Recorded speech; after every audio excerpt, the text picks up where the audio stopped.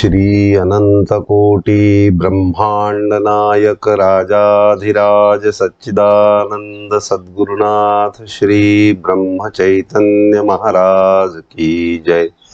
सद्गुरु श्री ब्रह्मानंद महाराज की जय। जय जय रघुवीर समर्थ।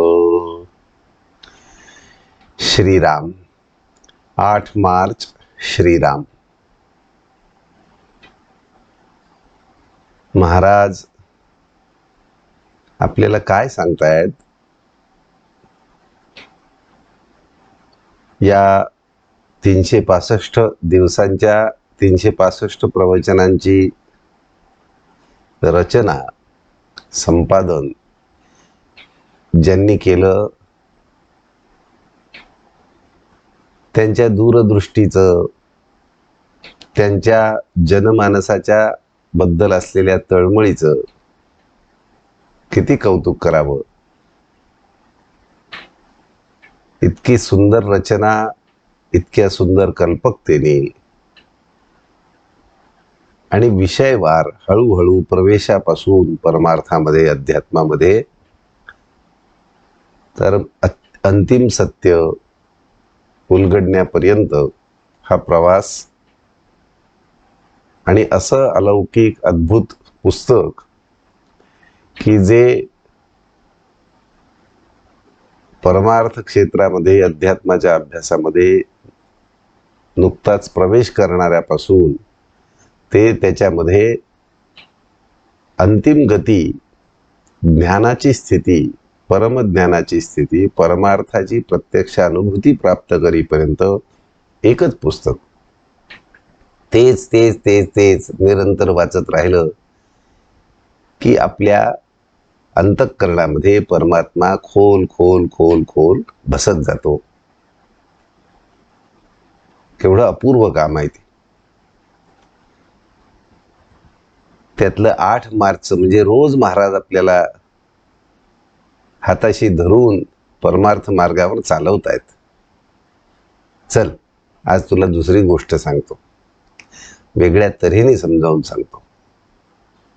आणि म्हणतात ना, सद्गुरु माऊली आपल्याला कधी सोडत नाही, तसं ही रचनाच अशी बसवली आहे प्रवचनांची की रोजच्या रोज फक्त आपल्याला काय करायचंय, रोजचं प्रवचन वाचायचं आणि मग स्मरेल तसं त्यातला बोध हा दिवसभर वापरायचा।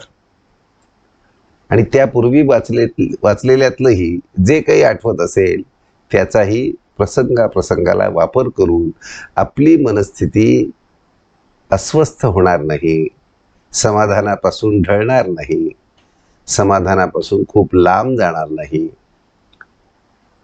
अशी व्यवस्था आपोआप होत राहते। तसं आजच्या प्रवचनामध्ये महाराज श्रीराम 8 मार्च श्रीराम, प्रपंचाच्या अपूर्ण गोष्टीत केव्हाही समाधान मिळणार नाही। त्यामुळे सकाळी उठल्या उठल्या आज आपण मनाशी खूणगाठ बांधून ठेवूया, जोही काही व्यवहार मी आज दिवसभरात करेन, किंबहुना याच्या पुढेही करत राहीन, त्या व्यवहारामधून मला पूर्ण समाधान, टिकणारं समाधान, नुसतं समाधान कधीच मिळणार नाही। कारण या गोष्टीच अगदी तात्पुरत्या आहेत। व्यवहारातले सगळे प्रसंग, सगळ्या घटना, सगळ्या वस्तू, सगळे जीव हे तात्पुरतेच एकमेकांशी संयोगात आलेले असतात। त्यामुळे अशा व्यवहारामधून आपल्या कल्पनेत असतं की आपल्याला तर याने समाधान होईल, हे मिळालं की झालं, पण असं होत नाही। आपली एक चिंता मिटते, जी निष्कारणच असते, ती मिटल्यासारखी वाटते, परंतु दुसरी त्यामागे हजरच असते। हा आपला अनुभव आहे। म्हणून सर्व अनुभवात, प्रपंचातले कितीही अनुभव आले आणि तात्पुरतं बरंही वाटलं, तरी सर्व अनुभवांमध्ये आत्मप्रचिती ही खरी, म्हणजे ज्या प्रचितीने मला निव्वळ समाधानच मिळतं, अन्य काही त्याला साधन वेगळं लागत नाही, अन्य अटी शर्ती नाहीत. सर्व अनुभवात आत्मप्रचिती ही खरी. आत्मप्रचिती म्हणजे काय? तर माझं स्वतःचं नेमकं स्वरूप काय आहे, हे दिसणारा देह आणि त्यामधून प्रकट होणारं व्यक्तित्व, त्या देहाच्या मार्फत निर्माण होणाऱ्या कल्पना, विचार, कर्म, हे सगळं आहे तरी काय गौडबंगाल. आणि लक्षात असं येतं की हे हातात तर काहीच नाही आपल्या, नुसत्या घटनांचा प्रवाह अखंड चाललेला आहे, घटना घडतायत आणि आपण त्यामध्ये असहायपणे वाहवत जातोय. अरे असं झालं का, चला काहीतरी करायला पाहिजे, तसं झालं का, काहीतरी करायला हवं. अशा कर्तेपणाच्या भूमिकेमध्ये मी सारखा फरफटतोय आणि ह्या फरफटण्याची गरज नाही अजिबात. कारण आत्मप्रचिती आली की आपल्याला मनाला होणारी ही फरफट, परिस्थितीतून निर्माण होणाऱ्या प्रतिक्रिया या थांबून जातात, निवळतात, नाहीशा होतात. म्हणून सर्व अनुभवात आत्मप्रचिती ही खरी.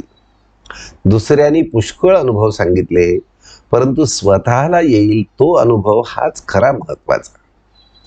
आणि तो अंतिम सत्याचा अनुभव, परम अर्थाचा अनुभव, परम समाधानाचा अनुभव महाराज आपल्याला देण्यासाठी तळमळत आहेत. म्हणून तो परम अनुभव महत्वाचा.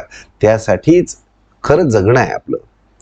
आत्मप्रचितीने जागरूकता येईल, भाव वाढेल, साधनाला जोर येईल आणि भगवत प्राप्ती लवकर होईल. ज्या प्रमाणामध्ये अध्यात्म साधन करता करता, अध्यात्माचा विचार समजून घेता घेता, ज्या प्रमाणामध्ये हळूहळू आपल्याला समाधान लाभायला लागेल, निष्कारण समाधान लाभायला लागेल, नुसतंच समाधान जे कशावरही अवलंबून नाही, असं असलेलं समाधान जसं अनुभवाला यायला लागेल तसं तसं जागृती वाढेल, आपल्या स्वरूपाची जागृती वाढेल. मी नक्की हे सगळं आहे काय, माझा देह, माझं जीवन म्हणजे आहे काय नक्की, त्याची प्रचिती येईल. सांगितलं तर खूप जातं, पण त्याच्याही पलीकडे प्रचिती जोपर्यंत येत नाही तोपर्यंत हे नुसता शब्दच छल राहतो. शब्दांचं खूप मोठं ओझं आपल्या डोक्यावर राहतं. कारण करते पण जात नाही तोपर्यंत या सगळ्या शब्दज्ञानाचा उपयोग नाही. म्हणून आत्मप्रचिती जशी येईल तशी जागरूकता येईल, भाव वाढेल, आपल्या साधनाला जोर येईल. साधनाला जोर येईल म्हणजे काय? आपलं साधन म्हणजे नामस्मरण हे अखंडपणे टिकायला लागेल.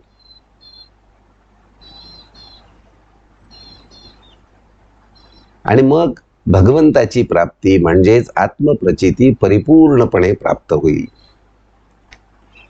म्हणजे अखंड नामस्मरण टिकेल, भगवंताची आठवण टिकेल, आपल्या स्वरूपाची आठवण टिकेल. भगवंत हेच आपलं स्वरूप आहे. आपलं शुद्ध स्वरूप म्हणजेच भगवंत आहे. अशुद्धी गेली की शुद्ध स्वरूप ध्यानात येईल आणि समाधान वाटेल. संतांनी पुष्कळ गोष्टी आजवर आपल्याला सांगितल्या, परंतु त्यांना देव जसा हवासा वाटला तसा आपल्याला वाटतो का? आपण ऐकलं तर खूप आहे संतांचं, प्रत्यक्ष ऐकलं, वाचनातून ऐकलं, पण त्यांची देवाबद्दलची जी प्रीती आहे, आत्मस्वरूपामध्ये जी त्यांची प्रीती आहे, आत्मस्वरूपामध्ये जसे ते रममाण आहेत, त्यांना त्याच्याशिवाय बाकी कशातही सार वाटत नाही. मारुती रायाचं आपण पाहिलंय की एवढी छान मोत्याची माळ देऊन सुद्धा त्या माळेमध्ये त्याला राम वाटत नाही. आपल्याला तसं होतं का? अशी सुंदर मोत्याची माळ, अनमोल अशी व्यवहारदृष्ट्या आपल्या हाती पडली तर आपण काही काळ भगवंतालाही विसरणं पत्करू, पण ती माळ कुरवाळत बसू. हा फरक महाराज दाखवतायत.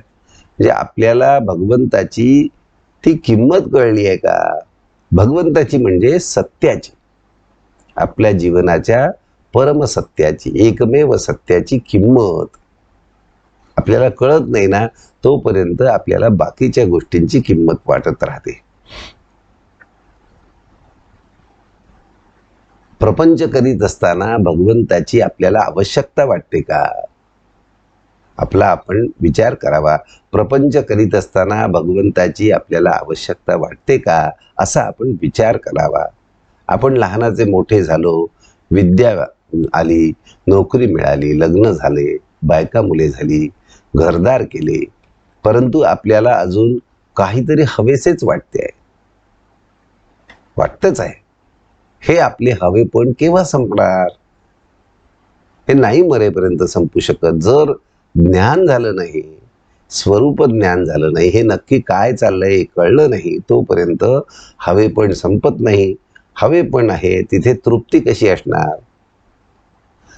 आपण नोकरी करतो, कोणी वकिली, डॉक्टर की, नोकरी करणारा मालकाला आपल्याशिवाय दुसरा कोणी नोकर मिळणार नाही म्हणून काही नोकरी करीत नाही, किंवा व्यवसाय जो करतो तो इतर कोणी तो व्यवसाय करायला समाजाला मिळणार नाही म्हणून हा व्यवसाय केला पाहिजे, अशी काही स्थिती नसते. म्हणजे नोकरी व्यवसाय हे आपण त्या व्यवसायासाठी, नोकरीसाठी करीतच नाही, तर त्यातून आपल्याला सुख मिळेल, त्यातून आपल्याला साधन संसाधन मिळेल जगण्यासाठी, आणि त्यातनं समाधान मिळेल, तृप्ती मिळेल, या ईर्षेने, आशेने करतो. पण आपण पाहतोच की कितीही केलं, आयुष्य वेचलं, अमुक करू तमुक करू म्हणून खूप काही केलं संपत्ती संसाधन प्राप्त करण्यासाठी, तरी काहीतरी करण्याचं शेवटी राहूनच जात. कारण हवेला तृप्ती नाही. एक प्राप्त झालं की त्यातून आता त्यातलं पुढचं प्राप्त करण्याची हाव निर्माण होते, म्हणून त्याला पूर्णताच नाही, कधीच कालत्रयी येणार नाही.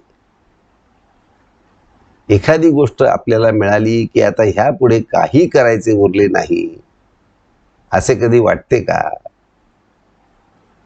जेवढे आहे त्यात समाधान आहे असं वाटतं का? अजिबात वाटत नाही. कारण प्रपंचाचा तो धर्मच आहे अपुरेपण. त्यामुळे अपुरेपणातनं पूर्ण समाधान मिळणं शक्य नाही. पुढे कसे होईल हे सतत हा प्रश्न असतो. आहे ते टिकेल की नाही, काय होईल याचं, किंवा याच्यात भर पडेल की नाही. लग्न झाल्यावर, म्हणजे आता महाराजांनी उदाहरणं दिली आहेत, लग्न झाल्यावर 5 वर्ष मुलंच झालं नाही तर काळजी, आणि जर मुलं झाली दुसरी काळजी. त्यामुळे प्रपंचातल्या गोष्टीतून, कोणत्याही गोष्टीतून समाधान मिळेल अशी सूत्राम शक्यता नाही. समाधान आपलं आपणच घ्यायचं आहे, त्याचीच कला शिकणं म्हणजे अध्यात्म साधन आहे, अध्यात्माचा अभ्यास आहे. अध्यात्मशास्त्र म्हणजे जीवनामध्ये अखंड समाधान प्राप्त करून घेण्याचं शास्त्र आहे, कला आहे.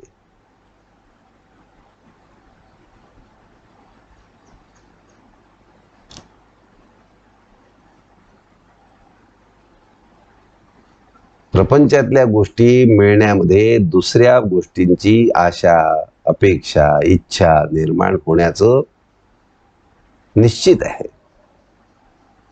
एक गोष्ट मिळाली म्हणजे आता कायमचं समाधान झालं अशी अजिबात शक्यता नाही. आपलं आपल्याला समजतंय. ज्या गोष्टी अपूर्णच आहेत त्यातून पूर्ण स्वरूप असलेले समाधान कसे लाभेल? म्हणजे तुम्ही यादी केली की भाई या 50 गोष्टी जर मिळाल्या ना, तर खरोखर अहो हिरण्यकश्यपूंनी तर साक्षात प्रयत्न करून पाहिला. आपल्याला माहिती आहे ना कसं काय झालं त्याचं ते. आपली बुद्धी केवढी, आपली भूक केवढी, पण आपण हाव इतकी जास्त धरतो की त्यात आपला विवेक गमावून बसतो, आणि जे रोकडं समाधान आपल्याकडे स्वयंभू आहे, जन्मजात आहे, जन्मतः आहे, क्षण आहे, ते सोडून आपण अपूर्णाच्या मागे पूर्ण जन्मभर धावत राहतो. महाराजांनी उदाहरण दिले छान. एका वेड्यांच्या इस्पितळात जर 200 वेडे आहेत आणि एखादा डॉक्टर जर त्यांचा म्हणाला की आता बस अजून एक 5 वेडे आले ना की हे सगळे शहाणे होतील,